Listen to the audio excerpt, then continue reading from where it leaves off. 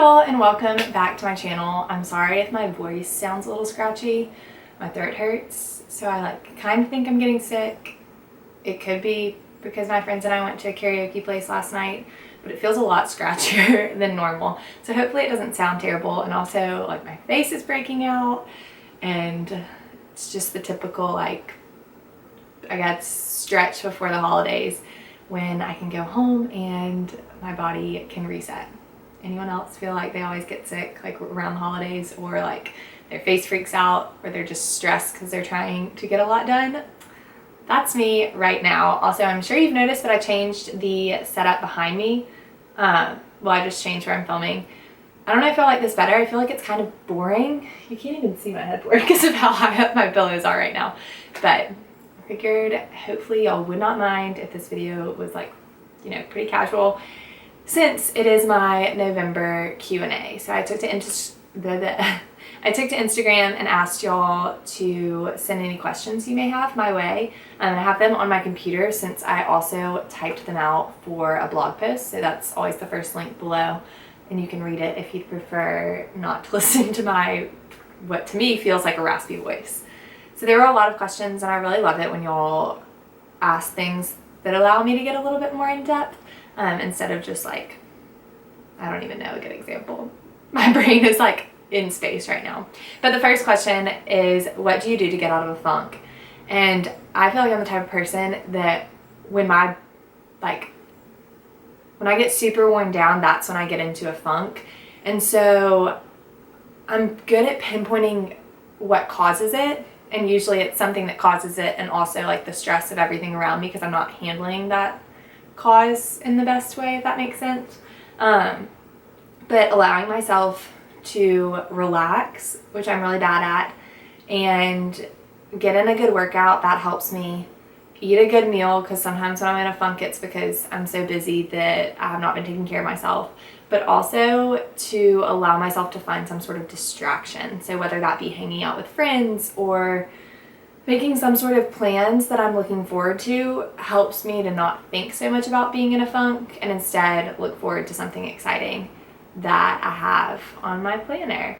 But it's definitely kind of hard, because sometimes you just need to wallow in the funk for a little while and then know that it's going to be gone at some point. But I did do a blog post, I think it was my junior year of college, all about my best ways to get out of a funk, which is included in the blog post that is for this Q&A. So I'll try to link that below, but if not, you can click through and it's there as well. And the next question says, do you budget money? If so, how? I don't do the best job about having a written budget. I kind of did that when I started my job of this is my salary, this is what I spend in a month, based on monthly expenses. But it's all kind of mental at this point after originally writing it down. And so that's something that I could definitely be better about, since I know that that's not as effective. But for me, it's weird because I do have two jobs in a sense. I have my regular job, and then also blogging, Instagram and YouTube, I guess, go along with that as well.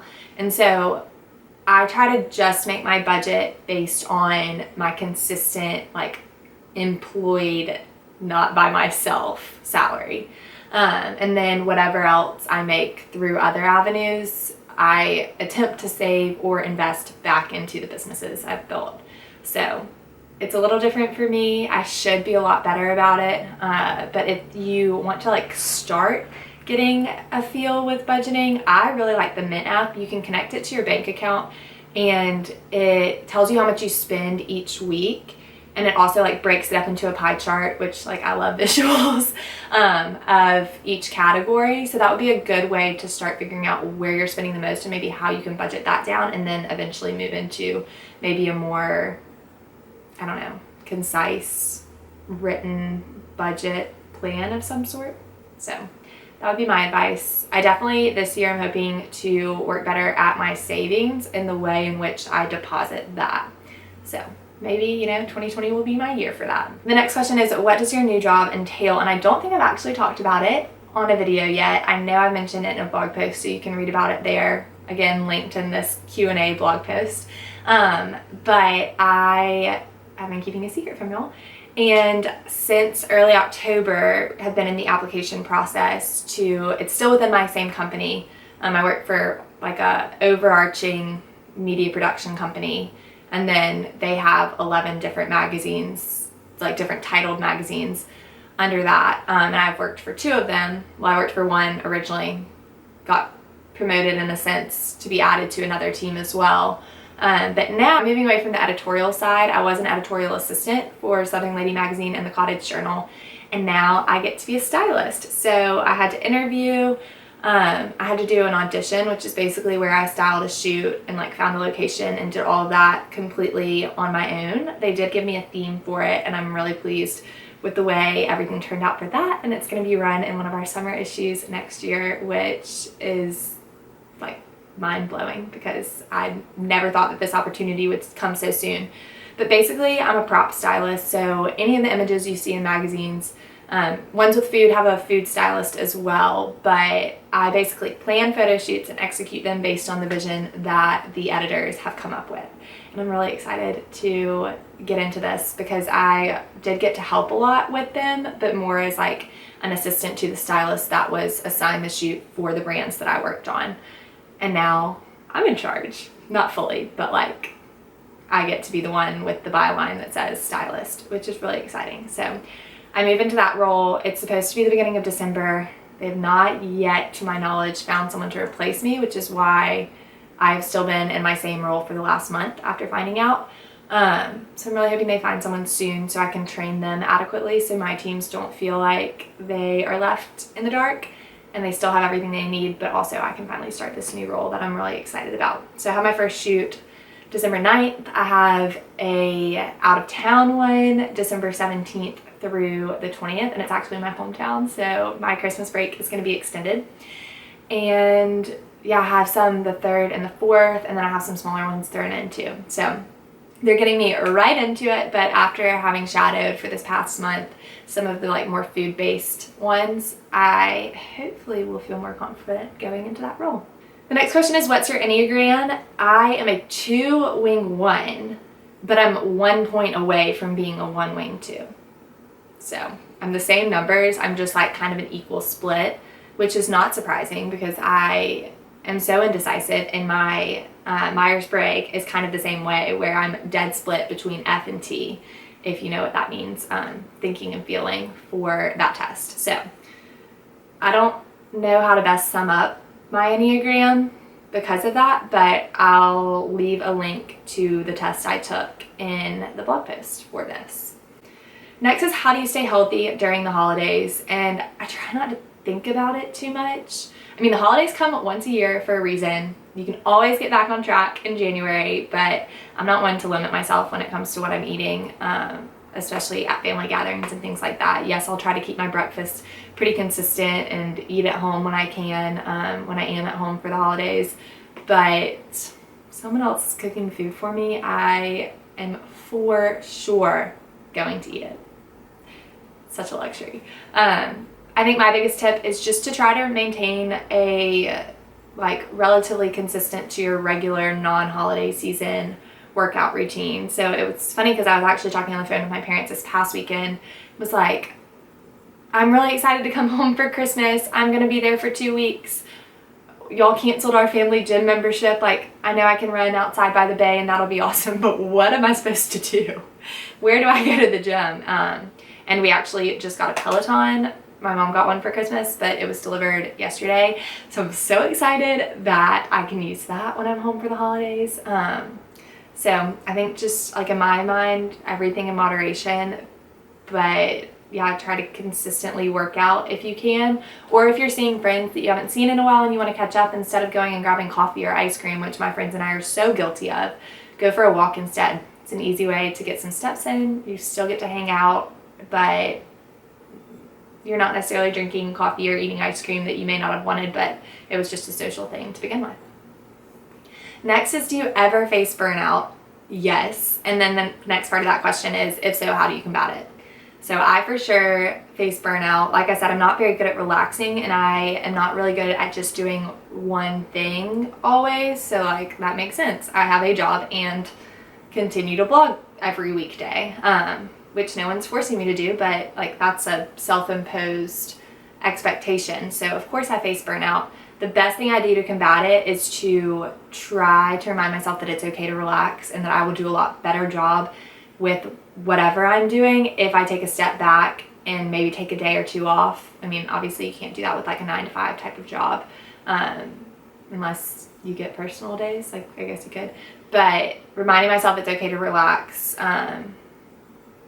Make plans with friends where it's like, okay, if you're gonna watch a movie with a friend, you're not gonna have your laptop, or at least I try not. It depends on the friend. Nella's gonna call me on this. But try not to have like my laptop open and that sort of thing to multitask with them. So like making plans that force you not to work but are still relaxing is a great choice as well. Next it says, after graduating and moving away, how do you celebrate Christmas with firm and friends? Which is really fun because y'all know I love Christmas. And it's thoughtful for y'all to have thought of that.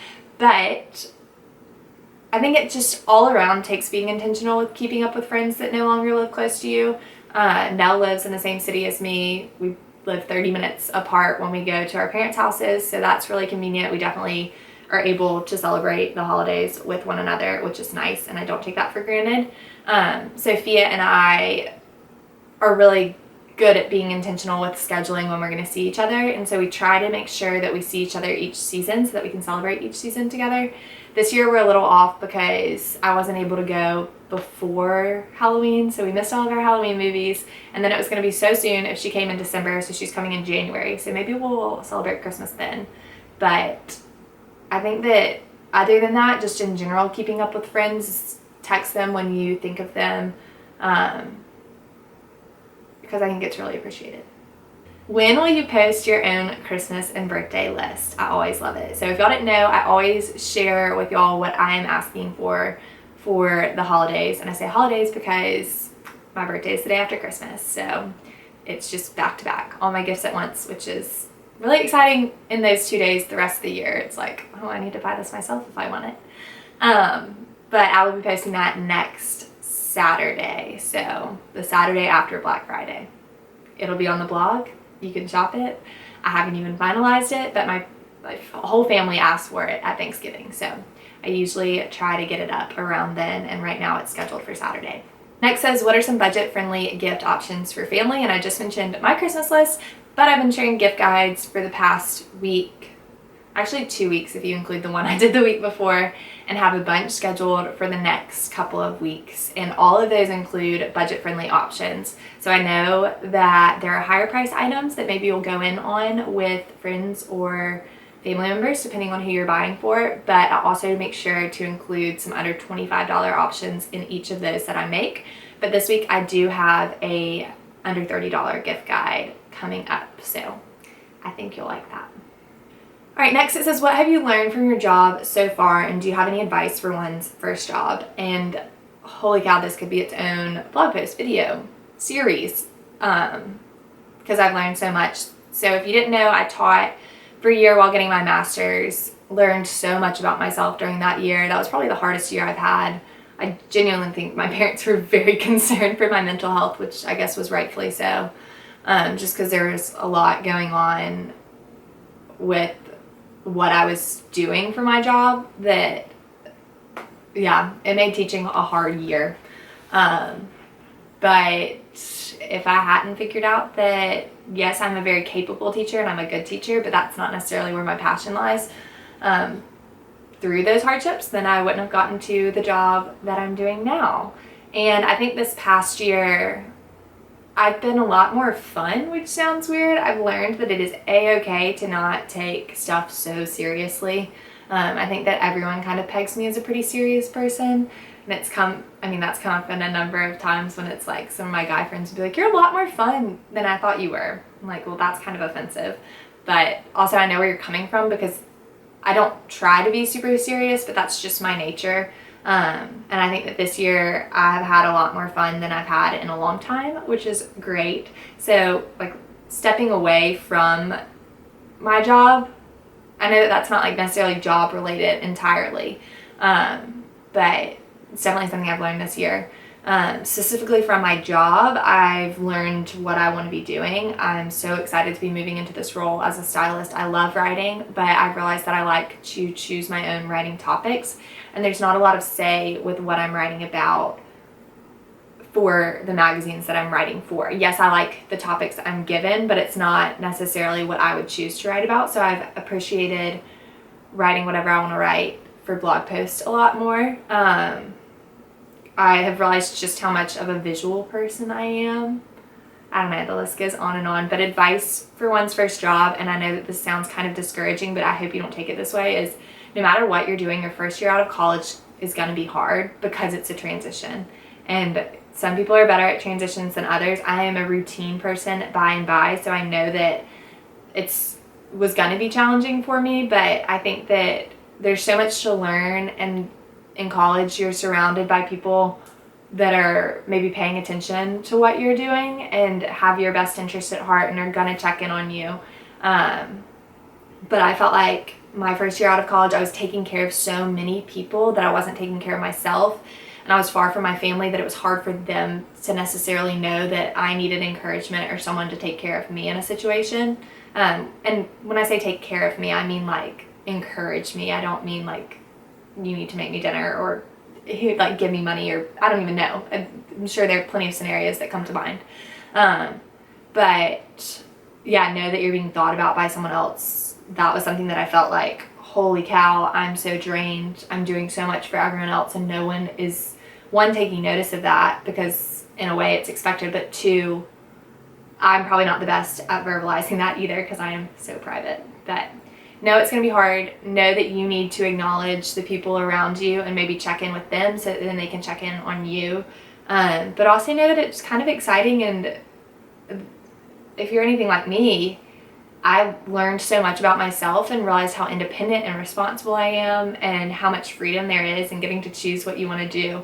I distinctly remember my friends and I were going to Sea Island for a couple days off from school, and I texted my parents and I was like, I don't know if I'm supposed to ask permission or just tell you I'm doing this, but like, here's the plan. And realizing that I have the financial freedom to do that and make those plans and do as I please with my schedule was kind of cool too. So I don't know, that was like really rambly and all over the place, but maybe I'll work on a blog post to consolidate thoughts on that one. The next question says, what are some winter work outfit ideas? So I'm lucky that I work in a very casual work setting. I can wear jeans to work, which is great, other than the fact that none of my jeans are fitting me right now. They've all stretched out too much, and so I have to dry them every time before I wear them. But I usually wear jeans, boots or slides or booties, and a sweater to work, so I'm really not that creative in the winter. But I do share all of my like everyday work outfits for the week in my Step Into My Week post on the blog each Monday. So if you're looking for inspiration, go there. But if you have to dress more formally, I will say it's probably not the best place to find ideas since I live in jeans. Next question is, what's your current skincare routine? Which is ironic because right now my skin is so broken out on this side of my face. I don't know if it's like something with, I mean, I don't know what it is, but I'm like, do I sleep on that side? Do I need to wash my pillowcase more than once a week? Like, all these thoughts. But I also think it could have something to do with the fact that I ran out my favorite face wash, the like exfoliating face wash. So I am using the same brand. It's the Beauty Counter exfoliating face wash, the one that I normally use. Right now I'm just using, I think it's their nourishing one. So I think I need an exfoliant back in my life. Lotion wise, I have used Cetaphil since I was in high school as just an all over face lotion. To get something a little bit more moisturizing for the winter, I have this like, and I don't know if it's eczema or what, but my eyelid right here gets so dry. It's only on this eye too, which is really bizarre, but I need to, you know, reevaluate that and figure that out. But yeah, it's nothing all that exciting. I wash my face at night. I take my makeup off before I get in the shower with a makeup eraser. Wash my face in the shower and then put lotion on, and that's all I do. I don't do like a toner or anything fancy, but it usually works. Right now we're just struggling. All right, the next question is, who is your favorite Gilmore Girls character? Y'all know I love Gilmore Girls. I rewatch it every fall. I'm at the end of the 6th season right now, so I will finish that probably before Christmas, since there are 7 seasons. But I think that the whole problem, or not the problem with the show is entertaining to watch because all the characters are a little bit flawed. So I think that I really align with Lorelai's sense of humor in a lot of ways. But I don't necessarily agree with all her choices. Same with Rory. So honestly, maybe Luke or Richard Gilmore. I feel like they may be the most stable ones on the show. But, I mean, I like all the characters for the most part, so who knows? Y'all know I'm not good at favorites. The next question and the last question I'm going to answer says, what are your favorite recipes to make after a long day? So I get to work at 7. I get off at 5. I go and work out after work. Usually the workout classes start at like 5:45, so I'm not getting back to my house until 12 hours later when it's 7 o'clock. So because of that, I know I'm just totally drained, and a lot of times I have blog work to do that honestly cooking is the last thing I want to do. So I try to do all of my cooking for the week on Sunday, which means I'm eating like 2 recipes all week long, which I know is not appealing to a lot of people. And I do have the luxury of doing that because I'm only cooking for myself, so that there is a lot of leftovers. But if I am cooking at night, this is going to sound gross, but if you've tried it, maybe you can back me up on this. Trader Joe's canned turkey chili. I'm not even really cooking at that point. I'm just heating up, but it is coming from the can and not like pre-made from me. That is so good. And I usually am not a huge chili person, which like, I'm so sorry, Mom, because you put in a lot more effort than Trader Joe's, but for whatever reason, I love Trader Joe's chili. So if it's cold out, that's a good go-to when I just don't feel like making anything after a long day and don't have something to just heat up. Another go-to is just like getting out a sheet pan or like a cookie sheet and putting some chicken, broccoli, Brussels sprouts. Sometimes I'll drizzle olive oil on it and put some sort of seasonings. Trader Joe's has a really good, it's called soyaki. It's like a teriyaki soy sauce that I'll drizzle on it, and I can put some rice in a bowl with that and make like a bowl of some sort. So those are kind of my go-to, but again, I do try to get most of my cooking out of the way on Sunday. I feel like this week I'm just going to be picking up random stuff because I'm leaving. I'll take a half day on Tuesday from work and drive straight home 4 hours to Fairhope. So I feel like I'll be eating cereal this week because I really don't want to grocery shop. So there you have it. A really rambly Q&A from me that hopefully you enjoyed. And again, if you would like to see this in a written out blog post form, it's the first link below. And hopefully I will talk to you all again very soon. Bye.